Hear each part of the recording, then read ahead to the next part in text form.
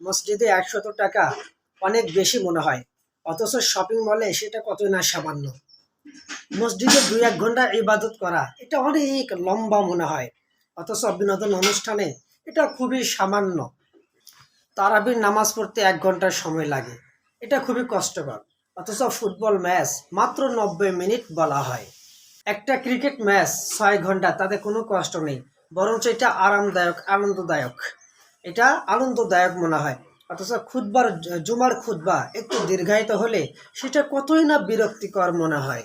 কোরআনের একটি আয়াত পাঠ করা খুব কষ্ট মনে হয়, অথচ ১ থেকে ২০০ পৃষ্ঠার একটা উপন্যাস পড়া এটা সহজ মনে হয়। কনসার্ট বা খেলার মাঠে সামনের সারিতে বসার জন্য প্রতিযোগিতা শুরু হয়ে যায়, প্রতিযোগিতা করা হয়, অথচ মসজিদে নামাজে গেলে যত পিছনের কাতারে বসা যায় ততই ভালো।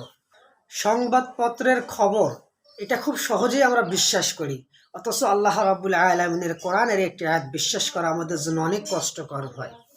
বিজ্ঞাপন বা লিফলেট এগুলো আমরা কত না সহজে আমরা প্রচার করি, অথচ আল্লাহ তাআলার বাণী, হাদিসের কথা, কোরআনের কথা এগুলো প্রসার করতে গিয়ে, শেয়ার করতে গিয়ে আমরা হাজারবার চিন্তা করি।